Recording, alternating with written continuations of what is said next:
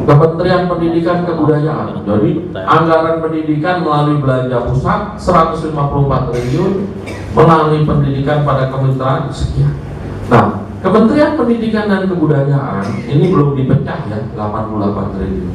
Setelah dipecah, Bapak tinggal 46 triliun. Nah, mana yang saya harus berdiri karena saya nggak bawa apa itu? Sorotan. Ini yang ditransfer ke daerah besarnya 254 triliun. Ada DAK pendidikan. DAK kan mungkin tahu ya, tahun ke tahun berubah. Dan itu yang juga menyebabkan banyak kepala dinas masuk penjara. Itu tahun ke tahun berubah. Misalnya tahun ini kita sepakat mau beresin gedung, itu biasanya kita buat fisik 75%, buat pengayaan 25%. Nah, sekarang ada ini lagi Pak, bagian anggaran pendidikan yang dialokasikan dalam BAU itu 135 triliun. Itu apa? Ya buat gaji bapak-bapak di daerah. 135 triliun. Dan itu sebetulnya berlebih. Saya bisa buktikan setelah saya sisir, itu angkanya hanya 109 triliun. Nah, sisanya kemana? 26 triliun. Itu kan dibagi ke daerah. Ibu bapak, bahwa struktur anggaran kita tuh sangat tidak sehat. Contoh, Kabupaten Beliau di Purbalingga, belanjanya sekarang 1,3 triliun. Pendapatan asli daerahnya hanya 100 miliar. Berarti ada yang disebut namanya celah fiskal. Celah fiskal sebesar 1,2 triliun. Dan itu dari transfer ke daerah APBD, belanja transfer daerah. Nah, apakah ini mungkin? Saya bilang ke Pak Anies kalau bisa yang nomor 3 ini, bagian anggaran pendidikan, oke, kalau guru kan harus digaji. Kalau ngarepin APBD aja enggak. Tetapi kenapa APBD itu begitu buruk strukturnya? Karena tiap tahun dia nerima pegawai. Kalau bupatinya nyalon, begitu bupatinya menang, dia terutang, pasti dia tahu. Jadi kalau di dapil saja itu Purbalingga buat gaji 80%, Banjarnegara 70%, Kebumen 80%. Bupatinya tua, namanya Pak Hento, mau maju lagi namanya.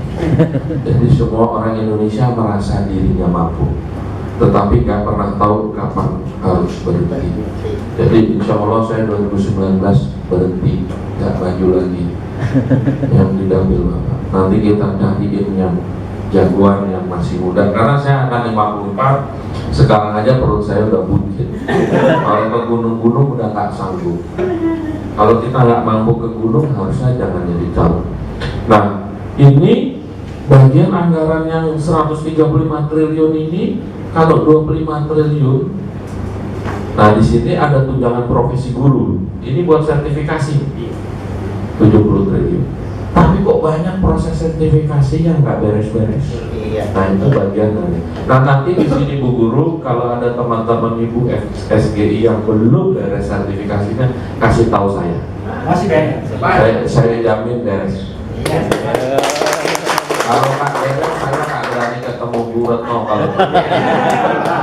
Walaupun Bu Retno yang seringnya maunya ayo dong betul. Tunjangan profesi guru 70 triliun. Guru itu kan kalau kita bedah sekitar 2,9 juta. Nah yang belum sertifikasi itu sekitar 600.000. Kalau pertanyaannya dulu sebelum Pak Jokowi jadi presiden, kalau kita semua pegawai negeri gimana? Yang honorer, yang ini. Kalau saya bilang sanggup saya. Tetapi yang ininya diberesin. Sanggup saya. Tetapi habis itu moratorium paling nggak 5 tahun. Kalau enggak, semua orang minta.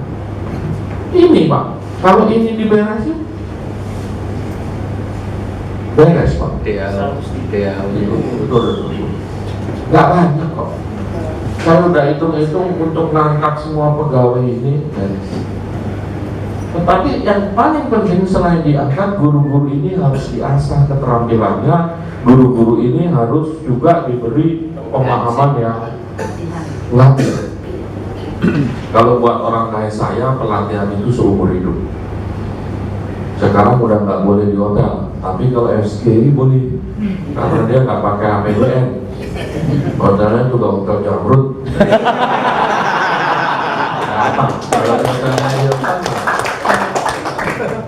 Nah, artinya ibu bapak, dalam anggaran ini siapa yang berhak? Mr. Anies Baswedan, Pak, bukannya untuk Adianto. Saya hanya iya atau tidak. Saya hanya bersyarat Anies Baswedan sebagai pemegang mandat di bidang pendidikan harus memahami ini. Ibu bapak, ada lagi yang disebut dana pengembangan pendidikan nasional. Ini di DPPN, ini yang saya nggak setuju nih di Romawi 3. Ini tahun lalu 8 triliun, sekarang kosong. Itu berupa tabungan, Pak. Jadi di DPPN itu anggarannya hampir sekarang 24 triliun. Itu untuk apa? Apabila ada bencana. Itu untuk apa? Apabila anak-anak bapak mau program doktor. Di DIPI ada, tapi ini untuk kasus-kasus khusus. Nah, saya tidak sependapat. Saya bilang saat itu kepada Pak Wapres, Pak Budiono, ini konsepnya salah. Karena APBN itu untuk belanja, bukan untuk menabung. Nah, kalau ini menabung, duitnya ditaruh, idle dia. Tetapi di DPPN ini, anggaran ini yang mengelola, dikelola sebagai BLU oleh Kementerian